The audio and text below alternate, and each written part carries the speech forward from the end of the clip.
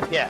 A juggernaut! Minnesota Vikings return home for their home opener against the defending NFC champion, the San Francisco 49ers, and the dastardly Kyle Shanahan.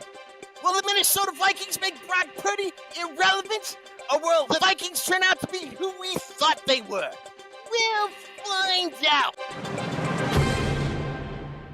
All right, so the Vikings have their home opener, coming home on the heels of their resounding season opener at New York against the Giants, facing the defending NFC champions. It's going to be the first big, tough test of the season for the Vikes. Last year, we talked about it. They were 2-4 at the time. It was really looking kind of like a lost season. It was Monday Night Football or Sunday Night Football? Monday night. And the Vikings came out, shocked the world, beat the 49ers when nobody really thought they had a chance in hell. They managed to get 3-4, then 4-4 the next week in Green Bay when Kirk popped his Achilles, and then the season we had a little bit of hope with Josh Dobbs for a couple weeks, and then it just sort of fell apart from there. F you, Dobbs! Thanks, Anthony. So did you guys watch the Monday night game, the Jets and the 49ers? Some of it, yeah. What were your thoughts on the game, but specifically San Francisco? They had to adjust to not having McCaffrey, which is huge. I mean, he was on the short list for MVP last year. You lose a guy like that, things generally aren't looking positive for your team. But their backup, Jordan Mason, stepped in, and they didn't lose a whole lot, which is kind of scary to see from them. I mean, they've got all their parts back. They got the Ayuk contract situation figured out. They got Trent Williams figured out. They're back on all cylinders, and they look like the team that won the NFC last year. They're probably on the short list of teams that are contenders for it this year. Did they, Drew? Did they to you? Yeah, I think so. Okay. They're the best running team in football because of the misdirection, the pulling, all the different plays they got, the jet sweeps, all that stuff. Even without McCaffrey, they ran for 180 yards on the Jets. I mean, I don't know how bad the Jets' front seven is. It used to be pretty good. They got some guys holding out or whatever. But the Niners, when you look at it and you start breaking it down, I don't want to say it's easy to stop them, but you see the Jets didn't have a good game plan at all defensively. The Jets were guessing. Jets are not going to be a good team this year. But that offense for the Niners, it's just getting warmed up. And I think Purdy, he's prone to make mistakes, but he's also can take you to deep into the playoffs with that team, Ted. I think Purdy on any other team is probably a lot worse of a quarterback, but he knows how to run that team, and he knows how to run Shanahan's offense. And being they're so good at the run, it's going to be a big task for the Vikings, but I didn't see any drop off on the Niners were. I mean, how do you stop all that? Well, let's try and figure that out. Ruby, if you would throw up the big board, if you will. Luke, I am your father. No. Shut up, Luke, wuss. So, as always, we're going to go over our categories like we do every week. We're going to start with quarterback, end with intangibles. Ted. This show rocks the big board. If you want a Viking game preview, throw all those other ones out the window because we were spot on with everything we said in that Giants game. We'll be spot on today. We pretty much were. We were. Absolutely, we were. Pretty much were. Yeah. I mean, we're dopes, but we know about football. Yeah.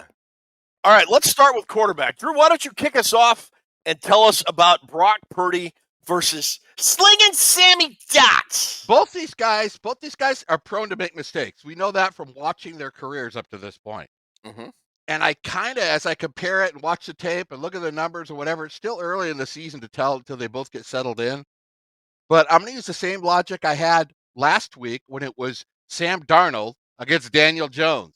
If I'm picking sides, Chris, for a rec league football team and I need a quarterback, I'm picking Darnold over Purdy. I am. What swayed me the most is I had him pretty much even. What swayed me was when Ted Glover mentioned this week on one of the posts in the Gallahorn that Darnold has a chip on his shoulder. And I started to think about that going, you know what? He does have a chip on his shoulder. And that swayed me to get it to Darnold. That was the closest to USC Darnold I've ever seen last week. I don't know if it's going to carry over, but he gets my check mark. The Vikings get my check mark at quarterback. And if they can somehow pressure Purdy, the quarterback will make a difference. He's got to not make mistakes, but I trust him more than I trust Purdy on the road. Chris? As much as I want to agree with Drew, I'm going to have to go a little bit contrarian here. Don't get me wrong, I believe in Sam Darnold. Darnold had a great game last week, had the one turnover that wasn't even really his fault. But what Drew said earlier, when you have a system quarterback, he's got to be real good at running that system. And Purdy, more frequently than not, has shown that he is real good at running that system, especially if they have all of their players around him. I know he might not have McCaffrey, but he's still going to have Ayuk. He's still going to have George Kittle. He's still going to have the rest of that receiving core. And last year when these teams played, he didn't have Trent Williams. He didn't have Deebo Samuel. He's going to have both of those guys back this year, and I think that's going to help him get a little more comfortable. I think Brian Flores is going to throw the kitchen sink at him and try to fluster him a little bit. But for a guy who was on the short list for MVP last year for most of the season, I got to give him the check mark over Slinging Sammy in this one. Way fair. Fair enough. I'm going to be the tiebreaker here. Like Drew referenced earlier this week on our Facebook group, the Gallahorn, I wrote that Sam Darnold has a chip on his shoulder. And he's heard since he's been in the league since, 2018, I think it was, he's a bust and he sucks. And he was. I mean, let's face it, he was not a good quarterback. Oh, yeah. But he has talent. And he showed it last week, and he just needed to be in the right situation and someone to have faith and belief in him that he could do the job. And I think we saw that last week in New York, especially on that 4th and goal on that 99-yard drive. KOC pretty much said, we're going for it. And he told Sam without telling him, I believe in you. And he called a play that was for Sam. And that wasn't a running play. It was a pass play. And he put the ball in Sam's hands and said, get me a touchdown. And he did. And I'm telling you, that probably did more for Darnold's confidence than anything he's ever done in the NFL up to that point. I looked at Brock Purdy against the Jets, and I'm sorry, the Jets' defense is not what it was. I'm looking at their depth chart right now. They got Quinnen Williams, they got Javon Kinlaw, Sauce Gardner. Their best pass rusher right now is holding out Hassan Reddick. One of their starting linebackers is C.J. Mosley, for God's sakes. Used to be a Viking cast off. Weren't they rated as pretty high coming into the season as a front Yeah, seven, though? but that's going off the last 2 years. And Salah is their, defensive guru. They were terrible. They had a horrible game plan. And everybody talks about, well, the 49ers didn't have this and the 49ers didn't have that last year. You know what? The Vikings didn't have Justin Jefferson last year. The Vikings didn't have Stephon Gilmore. The Vikings didn't have Shaq Griffin. The Vikings didn't have Dallas Turner. The Vikings didn't have Van Ginkel. The Vikings didn't have Blake Cashman. The Vikings had, on defense, they had Daniil Hunter and a bunch of dudes off Timu and Wish for defense for the most part. They did. They did. I'm telling you, after what I saw with Brian Flores, what he can do with guys that fit his system, I don't feel sorry for Brock Purdy, but he's going to be under pressure all day. And when you saw Brock Purdy under pressure against the Jets on Monday night, he was not good. He sucked, quite frankly. He had balls in the dirt. They were high. They were wide. I'm sorry. I'm taking Sam Darnold. If they can keep Darnold upright, he is going to pick apart the 49ers defense. I'm taking Darnold. Okay. Fair enough. All right. Sorry. I'm jumping off myself. That's why this is the best preview of anything on the internet you can find. We break it down right. And we're fair. We're impartial. We are the James Earl Jones of preview.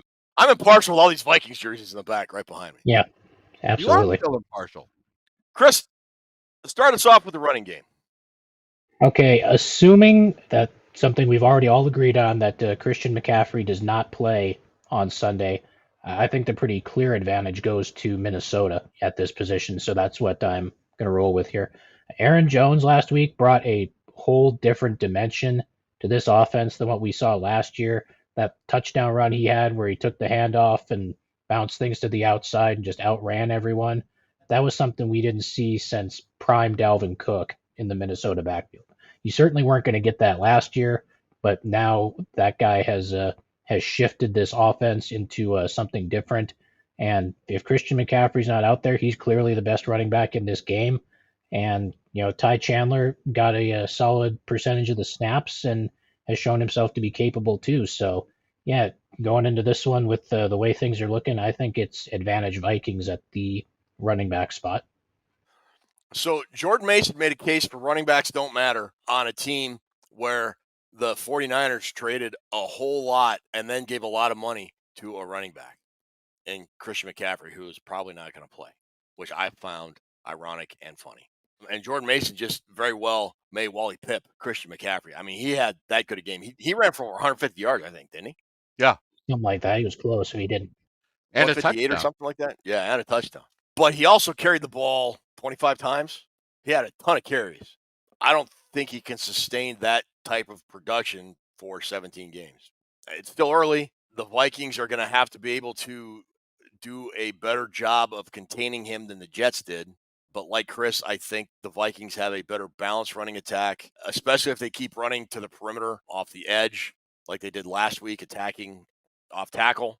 The one wild card I think that the 49ers have an advantage of, and I thought the Jets did a very good job of this when they had Deebo Samuel lined up in the backfield. He didn't really do much as a runner. He did a little bit of damage as a receiver, although I believe he did have a touchdown.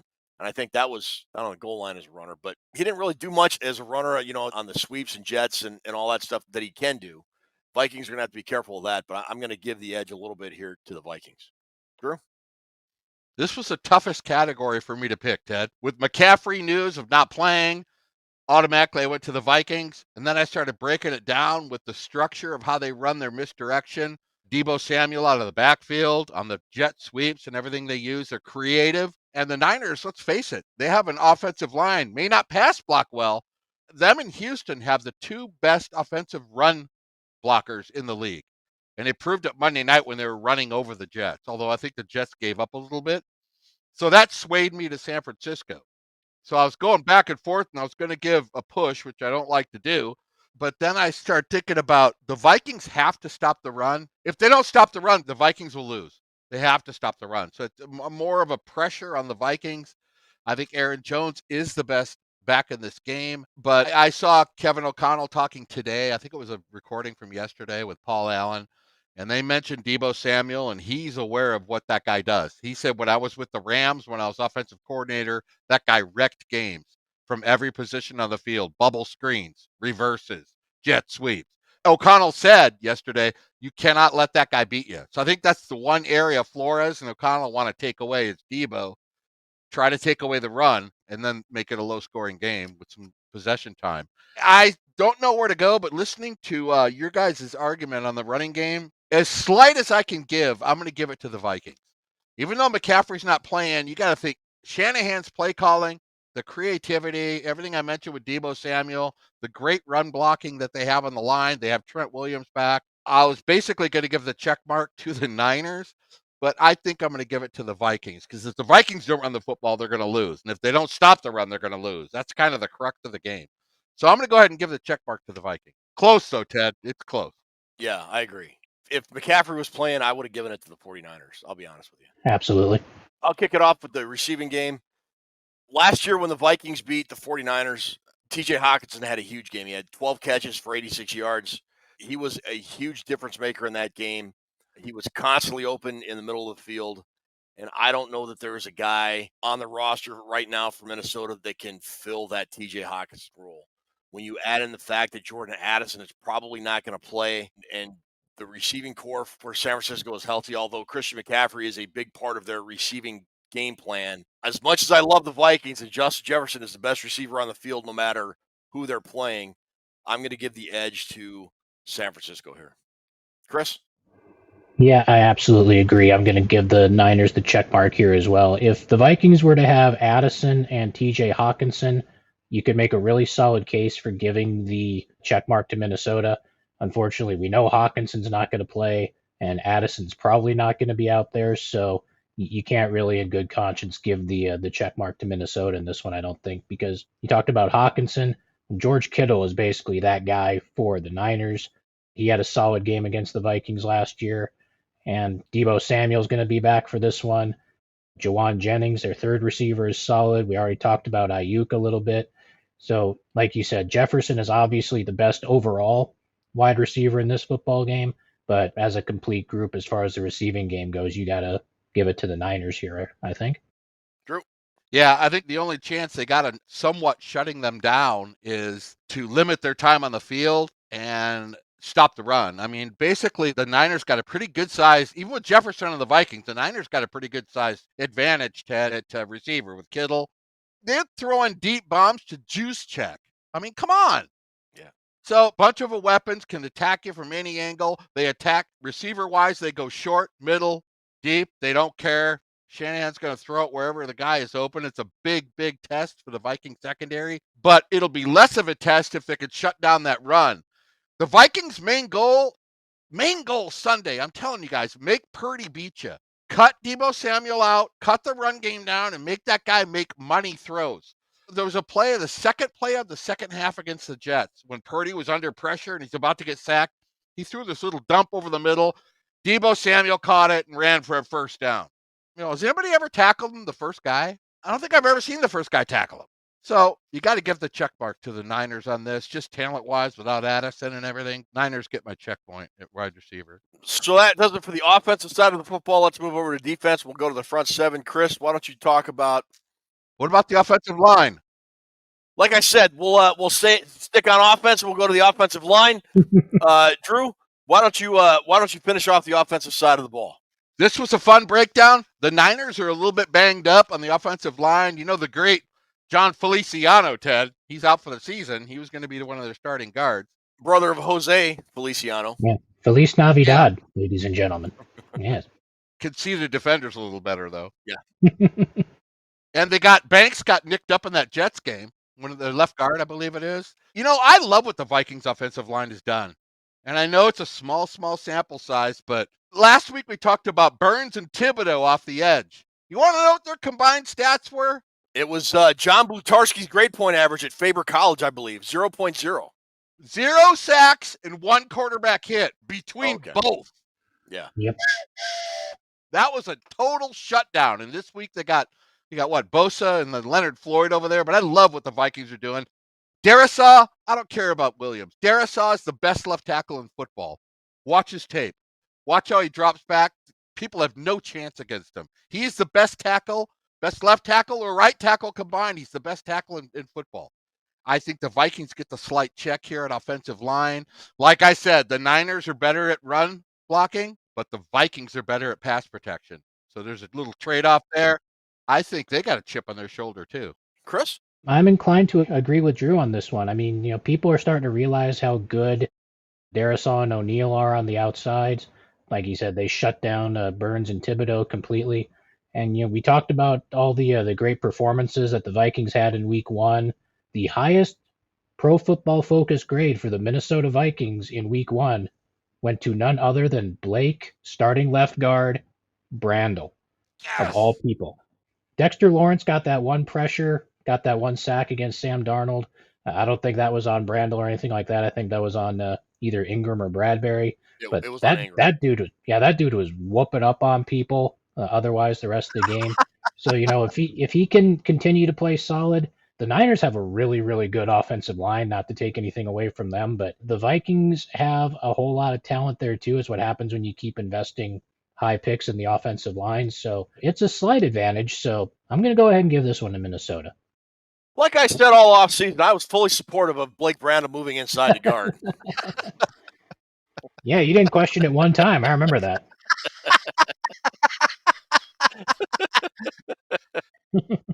Ted, there's 2 Brendels in this game, or Brandel. I know, yeah. Jake Brendel, the starting center for San Francisco. When's that ever happened before? Obviously, I was joking. I was so sick of the Vikings just taking tackles and moving them inside. When they gave Brandel the big contract extension, you just got kind of like, wow, okay. And they said they're going to move him to guard. You're like, oh, really? Well, we obviously didn't know what the Minnesota Vikings coaching staff knew, and it paid dividends on Sunday. And you've got the best tackle tandem in the NFL, and now you've got a really good starting left guard. If Ingram continues to struggle as soon as Dalton Risner comes off injured reserve, he's 4 weeks, I think it is. You put him back in the starting right guard spot. If Ingram continues to struggle, Jack, I think you got one of the top 10 offensive lines in the game, but that's just my opinion. And Ingram, he was terrible his rookie year, but he got consistently better. Maybe it's just early season struggles that a lot of players have early on. I don't know. We'll see. I'll give the check mark on the O-line to the Vikings as well. Although, no disrespect to the 49ers O-line. They're very good as well. All right, now we'll move to the defensive side of the ball. Chris, tell us about the front seven for both the Niners and the Vikings. I mean, the Niners have some issues in the front seven. They're still without Dre Greenlaw after he popped his Achilles walking onto the field during the Super Bowl last year, which has got to be one of the Felt so bad for all-time him. worst bad luck injuries ever. I mean, dude's just walking on the field from the sideline. Next thing you know, he's laying on the ground as his Achilles blew up After a on him. But turnover, if I recollect, yeah, right? I believe that's what it was. Yeah, but the Niners are still solid in the front seven. They've got Nick Bosa, Javon Hargrave, Fred Warner might be the best off-ball linebacker in the league. But the Vikings have some talent on the front seven, and we saw it all game on Sunday against the Giants. We saw Harrison Phillips, who we've already talked about, Andrew Van Ginkel with the pick six, which was incredible. Ivan Pace, as long as he's not slapping dudes upside the head on punt returns and getting 15-yard penalties. I don't know what he was thinking on that play, but At least he got it out of his system on one play. he sure did. We saw Dallas Turner getting involved. We saw Blake Cashman. I hate doing this because I did it once last week too, but I'm gonna have to go with a push in front seven because I think both of these teams are equally talented. I think the Niners have the advantage on the front line, but given the injuries we just talked about, I think the linebacking core, given all the guys that we just mentioned that the Vikings have put out there with Pace and Turner and Van Ginkel and Cashman, I think they have the advantage in the linebacking group. So that's where you get a push. Drew. I went back and forth and I studied position by position, and the Niners are good up in the front seven, but the Vikings beat the Niners last year by controlling the front seven. They had 35 minutes of time of possession. They had 3 turnovers, and they held the Niners to 14 first downs. A lot of it had to do with the front seven, and we got better players on our front seven than we had last year. The Niners are no slouch. They got Campbell, and like you said about Warner, they're really strong at linebacker. But you look at the center of the line, Collins and Hargrave, week 1 against the Jets, as dominating as that game was, they only had 4 tackles between them. They each had 2. That's it. There was no pressures, quarterback hits, or anything. So I kind of, as much as everybody's down on the interior of the Vikings, I think they might bring a little more than people are expecting. I'm giving the Vikings the front seven. I know a lot of people might be pissed and sent me hate mail from San Francisco, but that's the best game I've ever seen Tillery play, Chargers or anywhere else, since Notre Dame. Tillery had a great game. After about a month, people are going to start taking notice. I give them the check mark. So, Drew, you always say when you do these comparisons or when you give your check mark, you kind of compare the offensive line against the front seven and vice versa. Right. And I always go back, to recent matchups. And last year, I don't recall Leonard Floyd or Joey Bosa's name getting called one time. Not one time. Yeah. Right. Because Brian O'Neill and Christian Darrisaw just controlled their guys. Nick Bosa was visibly frustrated mid-third quarter. I can't remember exactly when it was, but they showed him coming off the sideline, and he was just pissed off. I think it was Bosa that just kind of slammed his helmet on the ground like, man, I wish I was back at Ohio State dominating Western Michigan kind of feeling. They had no sacks last year. No, they didn't. On Kirk Cousins, who, Yeah. if you can't sack Kirk Cousins. And, you talked about the injuries to the 49ers front seven. I talked about the talent upgrade that Brian Flores got for the Vikings this past offseason and how he put it on display yesterday. I'm telling you, I don't think he put out 25% of what he's got in his bag of tricks because it was Daniel Jones. I mean, come on, it was Daniel Jones, for God's sakes.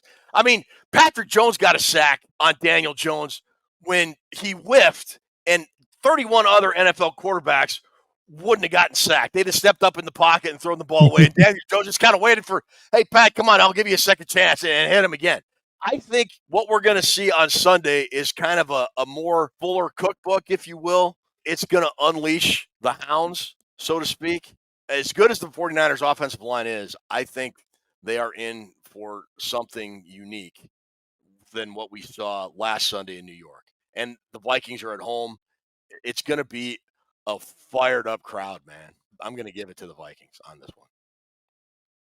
All right, secondary. The 49ers don't have a name guy, I don't think, like the Jets have Sauce Gardner, for example. But they're a solid group of players collectively. The Vikings got, again, an infusion of talent with Shaq Griffin. Gilmore signed right before camp, and then Mr. Everything, Josh Metellus, I think the Vikings are going to have a harder time covering the 49ers receivers than the 49ers are collectively going to have covering the Vikings receivers minus Justin Jefferson. I think they're going to concentrate on Jefferson to the point it's going to force somebody in the Vikings receiving core to step up. Now they can, but the question is, will they? It's going to have to be either Brandon Powell, or it's going to have to be Tristan Jackson, or it's going to have to be one of the wide receivers, be it Munt or maybe Robert Tonyan if they activate him. I don't know. But I'm going to have to give it to the 49ers just because I don't think there are enough playmakers outside of Jefferson on the Viking side of the ball. I don't think there's enough guys that the 49ers have to worry about in the secondary right now, if that makes sense. No, I mean that was kind of the same logic that I was kind of thinking. I mean, we've talked about Justin Jefferson. Obviously, he's great, but outside of that, if there's no Addison and no Hawkinson, the Niners secondary is going to have a significantly easier assignment than the Vikings secondary is going to. And the Vikings do have a lot of talent in the secondary between Gilmore and Griffin, Murphy, Metellus, Bynum, Harrison Smith, who now is the active NFL leader in interceptions thanks to Daniel Jones. I think the Niners are going to have an easier time against the Vikings receivers, much like you said, than the Vikings are going to have against the Niners receivers. And so it's another close call, but yeah, I'm going to have to agree with Ted and give the check mark to the Niners for this one. Drewster? I'm going a little differently on this one, Ted. If that Hwanga guy, whatever, safety for the Niners, he's really good. Hufanga, Yeah. Yeah, he didn't play against the Jets, and I think he's a very good safety, and I think he'd be a difference maker. But if he's out again this week, that would help the Vikings. They threw for 88 last year with Kirk Cousins, and they were all over the field. But they got, they had Hawkinson 11 for 86, Addison 7 for 123 and 2 touchdowns. The Niners have the same 2 corners playing this week as they had last year, Chardavius Ward and Lenore. So they got burned last year and embarrassed. They're going to want to make a good showing. The Vikings secondary was lights out versus New York. I think they held Neighbors in check, and they held all the big plays in check, and I think they were playing with a lot of confidence. I know it's Daniel Jones, but Brock Purdy can make mistakes like Daniel Jones. Brock Purdy is not Patrick Mahomes, but it is a much different animal with all the weapons the Niners have. I couldn't find an advantage here, guys. I had to go with a push. Okay. All right. Red zone. Drewster. Like Ted's, nobody cares about your fantasy team batting 1,000. I have to say the Vikings are batting 1,000 in the red zone. 2 for 2 on off. Don't get all Ohio State on me. 2 for 2 on offense. And the Vikings defense held the Giants to 0 for 3 in the red zone. 2 for 2, 0 for 3. In my book and Ted's book, that's 1,000%. Unless they break down, I got to give them the check. They get the check mark. That's a perfect 1,000, Ted. Yeah. Chris?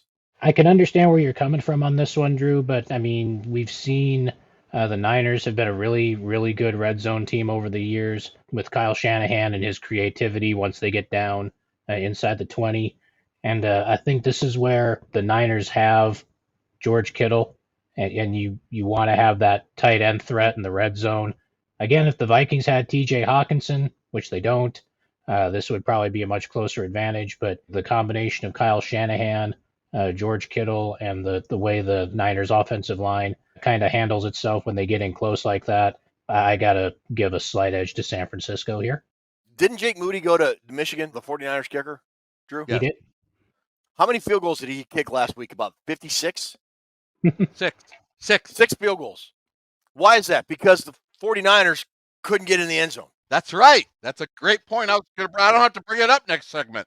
With all their weapons, they had trouble getting into the end zone. Now, was it because they were driving with relative ease against what I think is a fairly washed Jets defense? Possibly. I mean, I don't know. Conversely, when the Vikings got down in the red zone, they were aggressive and they went for it, and it paid off. I'm going to take the Vikings in the red zone here. When the Giants got down in the red zone, they got shut out, like Drew said. They were batting 1,000 on both sides of the football. But, yeah, for 1 week anyways, the Vikings were better than the defending NFC champions in the red zone. So I'm taking the Vikings. Chris, talk to us about the special teams. Well, we didn't get a chance to see Will Reichert kick anything longer than an extra point on Sunday, which was unfortunate. Ryan Wright didn't have a great game. I mean, he didn't need to. I can't even remember how many times he punted, but it wasn't very many, which is always a positive sign. The dynamic kickoff, we kept dynamically kicking the ball out of the end zone, so we don't know how the return game looks. I mean, I think both of these teams are about even on the special teams front. I mean, we talked about Jake Moody, who kicked a bunch of field goals last week. Wisnowski, the punter for the Niners, is pretty solid. I'm gonna have to do it again. I'm gonna have to go with a push on this one. I think they're even as far as special teams is concerned. Drew, how about you?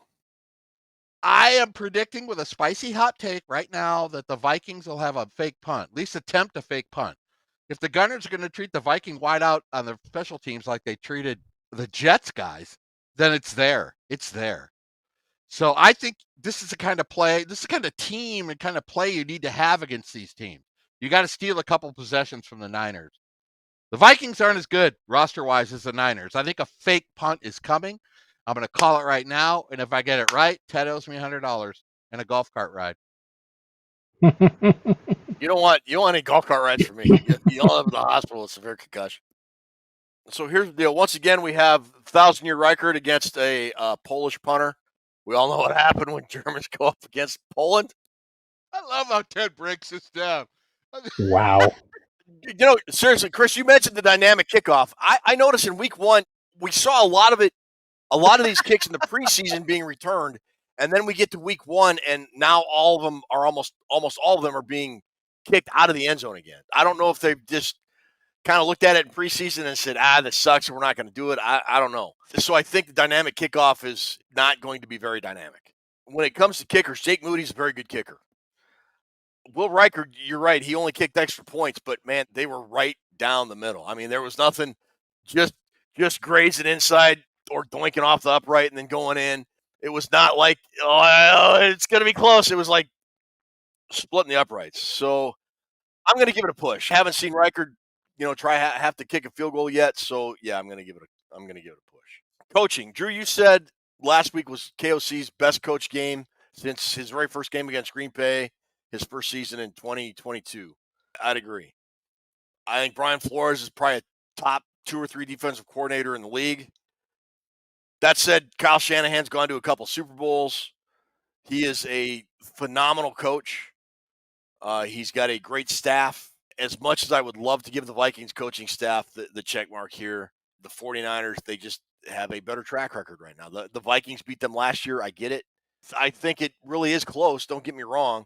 But you're just being a blatant homer, I think, if you're giving the check mark to the Vikings staff. No, I absolutely agree with Ted here. I mean, Kyle Shanahan has taken the Niners to 2 of the last 3 Super Bowls. He's done it with Brock Purdy and handsome Jimmy Garoppolo as his quarterbacks. He's got handsome Jimmy G.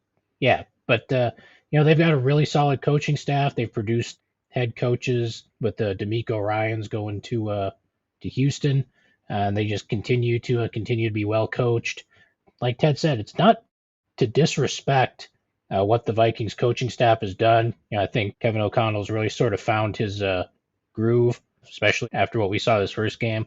Ted mentioned it before. I think this is where Brian Flores kind of unleashes the dragon as far as the rest of the defense goes this week, because we didn't have to do a whole lot last week. But as good as the Vikings coaching staff is, with the Niners track record, they get the advantage in this one, I think. Gerster. I'm going to lean a little different from you guys. Well, tell us, Mr. Leaning Tower of Pisa. I just look at it as, I think O'Connell knows that the Niners are the best team in the NFC, probably favored. So I think he's going to throw caution to the wind and try to punch them in the face. And I think he really wants to let the NFC and the NFL know that the Vikings are for real. And I agree with you there. I 100% agree with you there. Yeah. After that first game with the Giants, he impressed me so much on the play calling. I think it continues over where he's not going to go into the turtle shell and start trying to be conservative and sit on the game. I mean, part of the big reason they won last year was the 10-0 lead early. The Vikings jumped out to that 10-0 lead on Monday night. That has a lot to do with building momentum towards the victory. You're not falling behind. You're not having to change the play calling. Going up 10-0 and holding the ball for 35 minutes. I think those are his 2 points. I'm probably taking a chance here by picking the Vikings for the coaching staff, but I kind of like what O'Connell and Flores is doing. I think Flores just puts his hands up and say, let me run the defense. And O'Connell says, all right, fine. And then they have their own styles with how they play call for the offense and the defense. I don't think he wants to be beaten by the Niners. I think he wants to show that after week 2, we're the team to beat. I like the reasoning. I like it. May not be in my game pick for the week, but I think coaching-wise, I think he has less pressure. I think Shanahan has the pressure. Oh, I agree. 100% agree. And let's face it, under the Shanahan regime, the 49ers are 5-7 in dome games. They don't play well in dome games. They don't. Shanahan, for some reason, 5-7 isn't impressive. And against the NFC North, they're 2-2 in the last 4? They don't treat this game like they do the Rams or the Cardinals or anything else. The Niners struggle in domes going to the East Coast. I'm giving the Vikings a check mark for coaching. All right, well, now we get to intangibles in the game breakdown. Drew, why don't you kick us off with that one?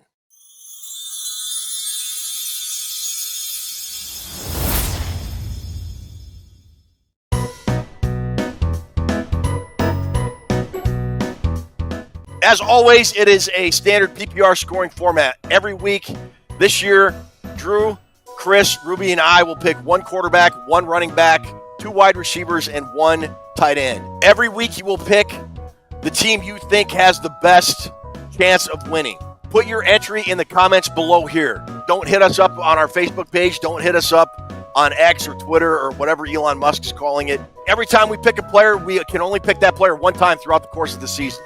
So it's done. So if we don't pick a player and that player gets hurt for the season, too bad for us. We can't use them. We don't know the picks beforehand when we send the picks in, and we don't pick the players that are playing on the Thursday night game because that might give one team that you folks might pick sort of an unfair advantage in case they go off and get like 40 or 50 points or whatever the case may be. The big change to this year, in years past, we've given you 3 points for first place, 2 points for second place, 1 point for third. This year, you get all the points that you would get in a standard PPR format week if you play fantasy football. So, for example, if you pick my team and I score 75 points in 1 week, and then you pick Chris's team and they score 75 points in week 2, you have 150 points throughout 2 weeks. And that keeps going throughout the season. Conversely, if you pick like Drew's team and they only score 10 points, and then Ruby's team and they score like 300 points, then you have 310 points. It gives you a chance to catch up if you kind of fall behind. Whereas in past seasons, if you weren't doing so well, it was kind of hard to catch up. So this year, you can kind of fall back in the pack pretty fast. So standard PPR scoring format all season, and you accrue points throughout the year. You can find the leaderboard throughout the season on VikingsReport.com. Ruby will keep that updated for us.